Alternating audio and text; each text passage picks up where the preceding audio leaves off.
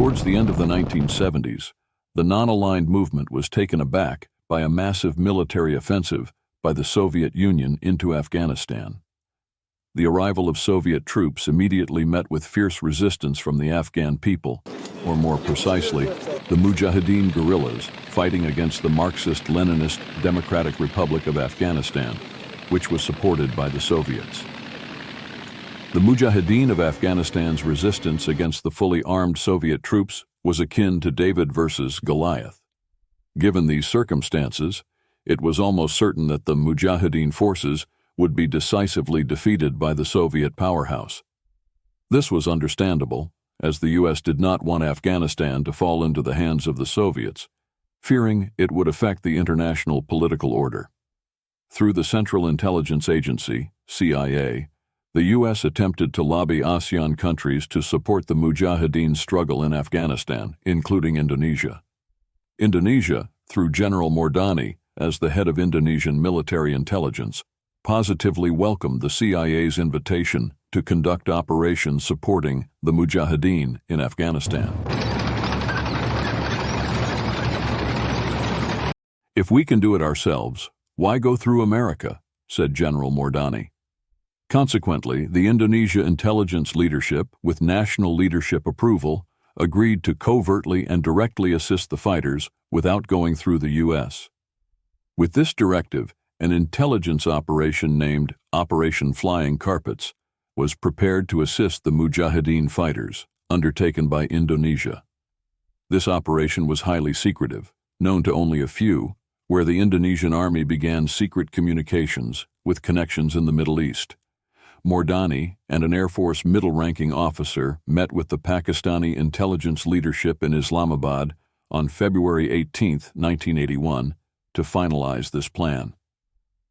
The meeting essentially discussed Indonesia's willingness to provide logistics, medicines, and weaponry to the Afghan Mujahideen fighters. Furthermore, it was revealed that Indonesia still had a vast stockpile of Soviet-made weapons, such as the AK-47. The second point was Pakistan's willingness to assist by providing flight clearance in Rawalpindi for Indonesian aircraft. In addition, Pakistan was also to provide trucks for transporting the weapons and their security, ensuring safe delivery to the Afghan Mujahideen. The preparation for the operation took a considerable amount of time because in this operation, the Indonesian Army had to gather all the AK-47s from every battalion.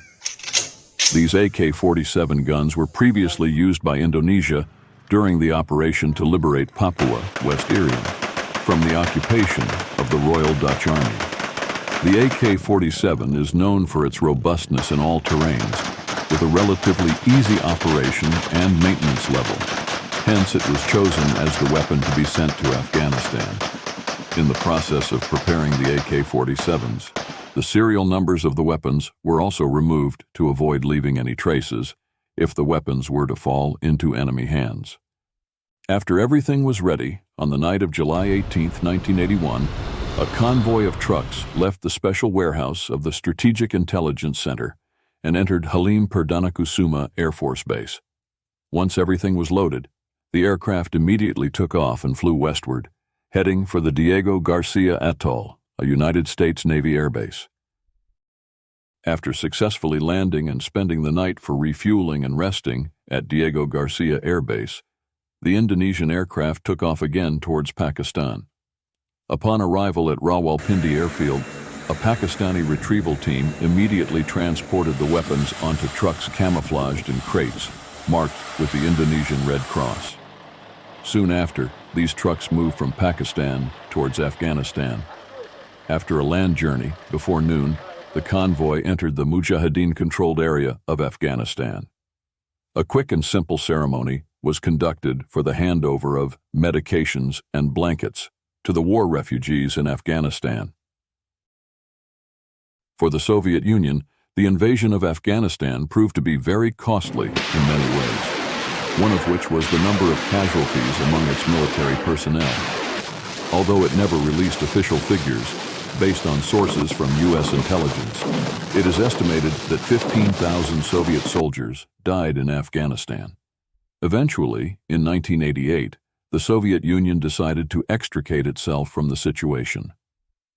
The withdrawal process from Afghanistan was divided into two phases, with each phase evacuating about 50,000 people. The first phase took place from May 15 to August 15, 1988. While the second phase was intended to begin on November 15, it was delayed until December. Even though the Soviets had left, the civil war between the Afghan government and the Mujahideen groups continued.